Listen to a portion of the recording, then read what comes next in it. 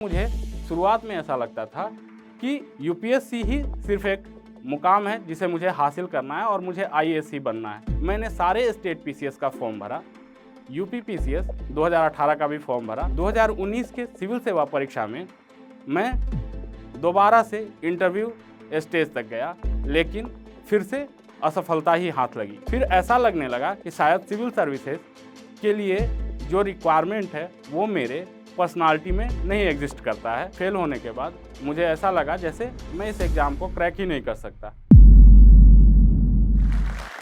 मैं 2022 बैच का एक आईएएस अधिकारी हूं, जिसने 7वीं तक की कोई भी फॉर्मल स्कूलिंग नहीं प्राप्त की। 10वीं करने के बाद मैंने आईआईटी करने का निर्णय लिया।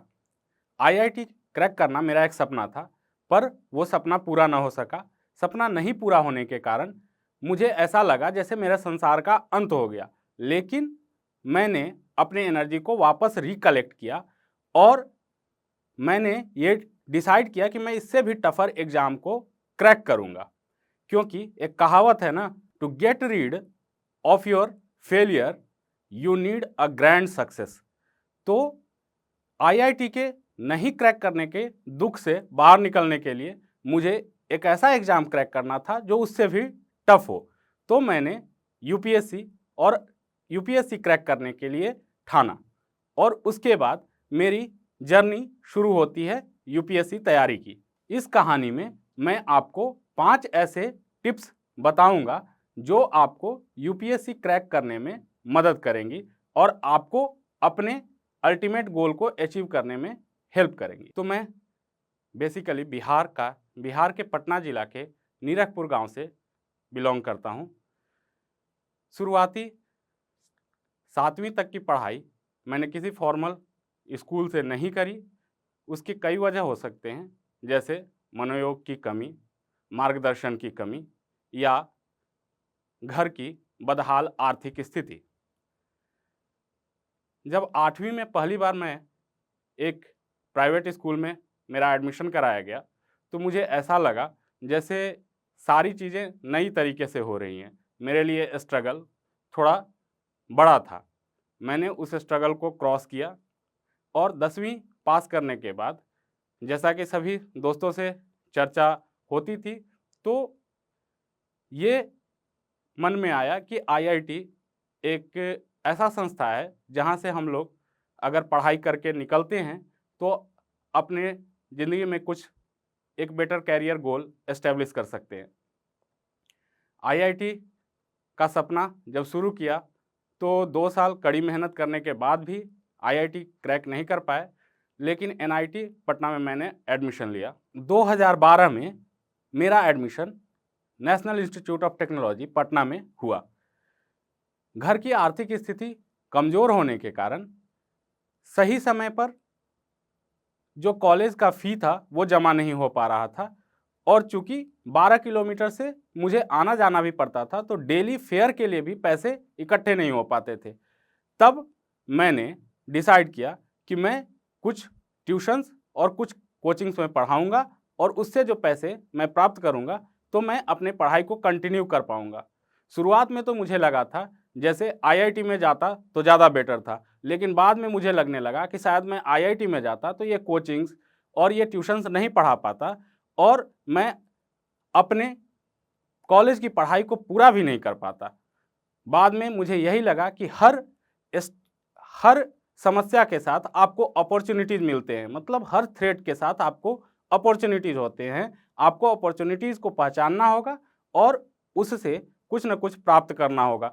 मैंने ट्यूशन्स, कोचिंग करके अपनी कॉलेज की पढ़ाई पूरी करी और उसी दौरान मैंने यूपीएससी वाला अपना लक्ष्य भी निर्धारित किया। एनआईटी पटना में पढ़ाई के दौरान यूपीएससी का तैयारी करना भी मेरे लिए एक कठिन समस्या थी, क्योंकि मुझे कॉलेज की क्लासेस भी करने होते थे, असाइनमेंट्स भी करना होता था, जो मिड सेम एंड सेम के एग्ज़ाम्स होते थे, जैसे एक रेगुलर कॉलेज स्टूडेंट करता है वो भी करना था।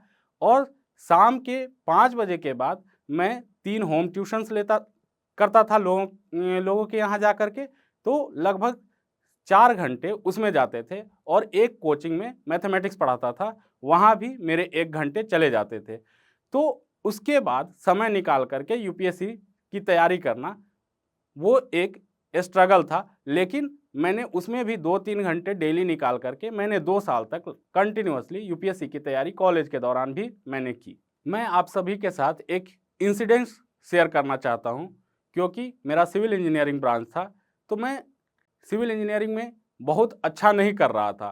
तो मैं अपने बैचमेट से, जितने मेरे जो ब्रांचमेट्स थे, उनसे मैं पिछड़ता जा रहा था। लेकिन मुझे एक ऐसा अंदर से फ़ील आता था कि शायद मैं अगर इंटरव्यू दूँ प्लेसमेंट का, तो मैं उसमें क्लियर कर जाऊँगा। तो मेरे कॉलेज के लिए एल&टी ड्रीम प्लेसमेंट माना जाता था सिविल इंजीनियरिंग के लिए।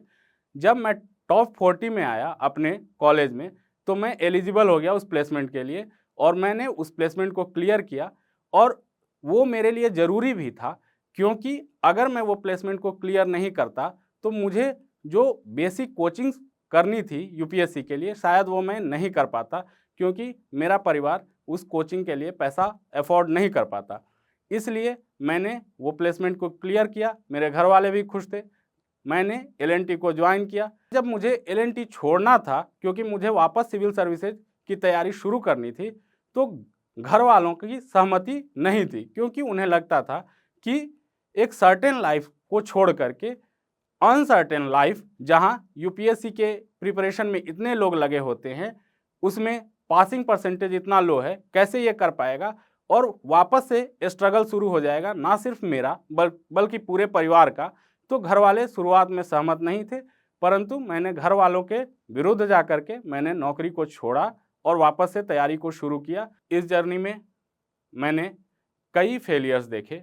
मेरा पहला अटेम्प्ट 2018 का यूपीएससी का अटेम्प्ट था, जिसमें मैं इंटरव्यू तक पहुंचा और 13 नंबर से मैं चूक गया।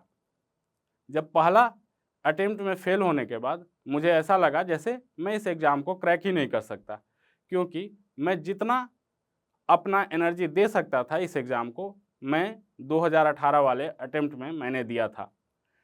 पर वापस से मैंने अपने सारे एनर्जी को रिकलेक्ट किया और रिकलेक्ट करने के बाद वापस से मैं 2019 के अटेम्प्ट के लिए लगा और उसी साल अपने ऑप्शंस को भी डाइवर्सिफाई करने का डिसीज़न लिया, क्योंकि मुझे शुरुआत में ऐसा लगता था कि यूपीएससी ही सिर्फ एक मुकाम है जिसे मुझे हासिल करना है और मुझे आईएएस ही बनना है। लेकिन पहला अटेम्प्ट में फेल होने के बाद मुझे लगा कि ऑप्शंस को डाइवर्सिफाई करने की ज़रूरत है। एक एस्पिरेंट को वाइज डिसीजंस लेने होते हैं। उन्हें पता होना चाहिए कि जब ऑप्शंस डाइवर्सिफाई होते हैं और इंटरमीडिएट माइलस्टोन्स में उन्हें सक्सेस मिलता है, तो उनका अल्टीमेट जो गोल होता है वो आसानी से अचीव कर सकते हैं। तो मैंने सारे स्टेट पीसीएस का फॉर्म भरा, यूपी पीसीएस 2018 का भी फॉर्म भरा और उसमें मैंने 5वां स्थान प्राप्त किया। 2019 के ही अटेम्प्ट में भारतीय वन सेवा परीक्षा में मैंने 48वां स्थान प्राप्त किया। 2019 के सिविल सेवा परीक्षा में मैं दोबारा से इंटरव्यू स्टेज तक गया, लेकिन फिर से असफलता ही हाथ लगी। फिर ऐसा लगने लगा कि शायद सिविल सर्विसेज के लिए जो रिक्वायरमेंट है वो मेरे पर्सनालिटी में नहीं एग्जिस्ट करता है। इसी कारण से मैं इंटरव्यू स्टेज तक जाकर के बार बार डिस्क्वालीफाई हो जा रहा हूँ। वापस से 2020 का अटेम्प्ट दिया और 2020 के अटेम्प्ट में वापस से मैं इंटरव्यू तक पहुँचा, लेकिन फिर से सफलता नहीं मिली। तब तक मैं उत्तर प्रदेश में एसडीएम के तौर पर कार्यरत हो गया था 2021 से।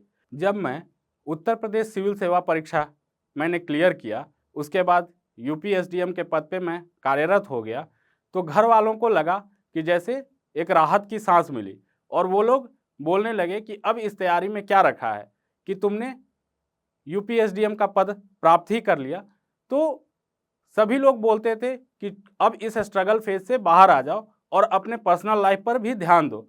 लेकिन मुझे ये पता था कि मैं जब तक अपना जो अल्टीमेट गोल है उसे अगर अचीव नहीं करूँगा, तो जो फेलियर है, जो मेरा पास्ट फेलियर है, वो मुझे हाउंट करता रहेगा और मैंने उसी को तो ख़त्म करने के लिए यूपीएससी परीक्षा क्लियर करके आईएएस बनने का ठाना था।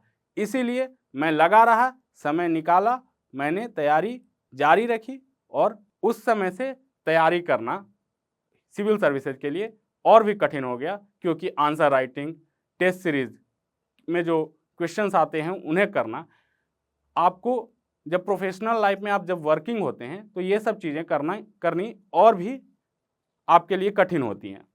लेकिन मैंने उसमें से भी अपने व्यस्त समय में अपने सर्विस को बिना कंप्रोमाइज़ करते हुए मैंने समय निकाला और मैं तैयारी को कंटिन्यूड रखा, और 2021 के एग्ज़ाम में, सिविल सर्विसेज एग्ज़ाम में मेरा 170वां रैंक था और मैं आईएएस अधिकारी बन पाया।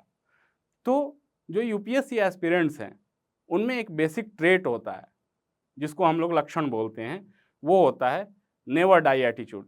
जब वो एक डिसाइड कर लेते हैं कि मुझे ये करना है, तो उनका दो ही एग्जिट पॉइंट होता है, या तो उनका अटेम्प्ट्स ख़त्म हो जाए, यानी कि जो 6 अटेम्प्ट्स हैं वो ख़त्म हो जाए, या फिर वो क्वालिफाई होकर एक आईएएस अधिकारी के रूप में बाहर आते हैं। एट लास्ट जो यूपीएससी एस्पिरेंट्स हैं उनको मैं ये 5 टिप्स देना चाहूँगा।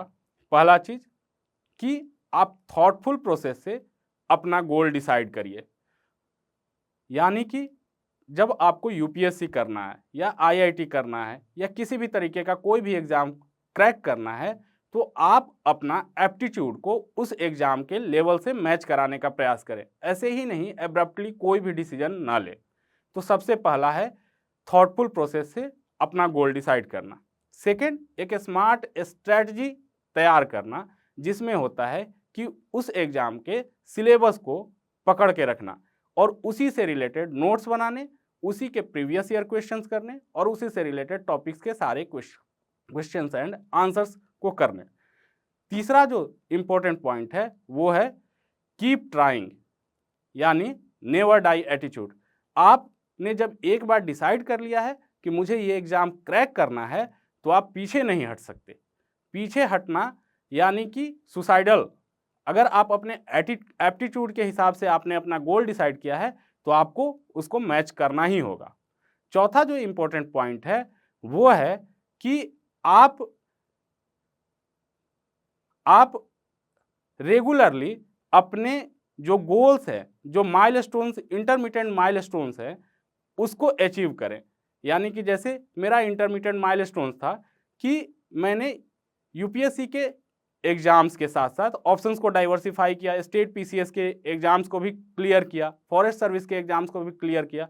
तो इंटरमीडिएट माइलस्टोन से आपको एनर्जी बूस्टर की तरह एनर्जी मिलता है, यानी कि आप उस एनर्जी को रिकलेक्ट करके अपना अल्टीमेट गोल को अचीव कर सकते हैं। और जो फाइनल एक सजेशन आप सभी को देना चाहूँगा कि कभी भी आप बहुत सारे रिसोर्स के पीछे नहीं भागें, यानी अपने रिसोर्स को लिमिटेड रखें, अपने नॉलेज बेस को बढ़ाएं।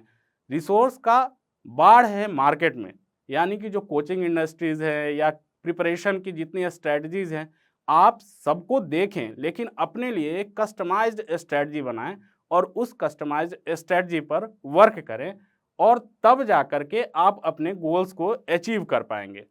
तो आप सभी को मेरा ये 5 सजेशंस है और इनको फॉलो करके आप भी सक्सेस पा सकते हैं।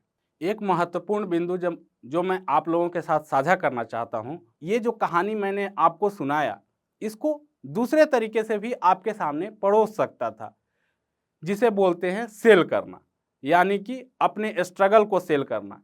मैं नहीं चाहता हूँ कि आप इस तरीके के सेलिंग प्रोसेस में अपने आप को मिसगाइड करें और अपने कैरियर को बर्बाद करें, क्योंकि आप अपने महत्वपूर्ण समय, जिस समय आप अपने कैरियर को शेप कर सकते हैं, उस समय अगर मिसगाइड हो जाते हैं तो आप एक ऐसे कैरियर पाथ पे चले जाते हैं जो कि प्राप्त करना आपके लिए मुश्किल हो जाता है। तो हमेशा अपने एप्टीट्यूड, जो आपको लगता है कि ये मेरे लिए सूटेबल है, क्योंकि मैं भी इस तैयारी में डायरेक्टली जंप नहीं किया था। मैंने लगभग 3 महीने का रिसर्च किया था कि क्या मैं इसको कर पाऊंगा या नहीं। फिर मैंने देखा कि 10th क्लास में मुझे सोशल साइंस में 97 मार्क्स थे। फिर मुझे ये भी, मैंने बहुत गहन अपने आप का एनालिसिस किया। फिर मैंने ये रियलाइज़ किया कि 10th के दौरान मैं लगभग 6 महीने तक सोशल स्टडीज़ पढ़ता था और मुझे पॉलिटिकल साइंस, हिस्ट्री, इकोनॉमिक्स, ये मुझे समझ में आसानी से आती थी ये चीज़ें, तो मुझे लगा इनमें मेरा पकड़ ज़्यादा है और मेरे एप्टीट्यूड को मैच करता है। तब मैंने सिविल सर्विसेज को चूज़ किया।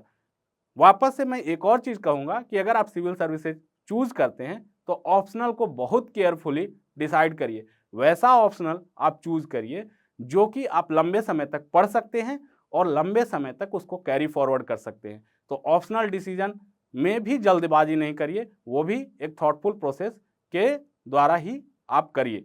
तो मिसगाइड ना हो, इंस्पायर जरूर हो। तोरा सबके अगर ऐसा लग रहा हो कि जोश टॉक्स बिहार जमीनी स्तर के कहानी, किस्सा और लोग सबके जीवन यात्रा अगर दिखा रहा है तो एकरा सब्सक्राइब करूँ, लाइक करूँ आ वीडियो शेयर करते रहूँ।